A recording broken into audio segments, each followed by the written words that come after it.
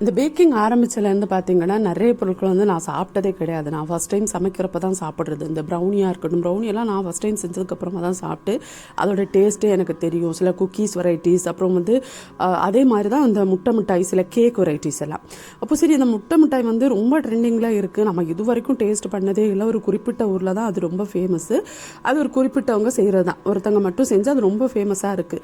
சரி நம்மளும் செய்கிறோம், அதோட டேஸ்ட் வந்து கிட்டத்தட்ட அதுக்கு மேட்ச் ஆகுதா, எப்படி இருக்குது அப்படின்னு பார்க்கணுன்னு ரொம்ப ரொம்ப ஆசை. அப்போ அதை பற்றி ஒரு ஃப்ரெண்டுகிட்ட சொன்னோன்னே அவங்க வந்து அவங்க ஊரில் தான் அது செய்கிறது கொஞ்சம் ஃபேமஸ்ஸு. செஞ்சு அவங்க அங்கேருந்து வாங்கி உடனே எனக்கு கொரியர் பண்ணிட்டாங்க. அவங்க கொரியர் பண்ணால் அடுத்த நாள் வந்து அந்த முட்டை என்னோட கையில் கிடச்சிச்சு.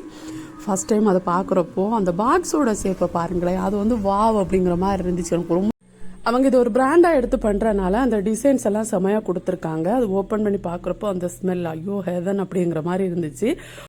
உங்களுக்கு ஸ்வீட் பிடிக்கும் அப்படின்னா நீங்கள் கண்டிப்பாக ட்ரை பண்ண வேண்டிய ஒரு ஸ்வீட் தான் இந்த முட்டை மிட்டாய். இப்போ ஹோம் பேக்கர்ஸ் கூட நிறைய பேர் பண்ணுறாங்க.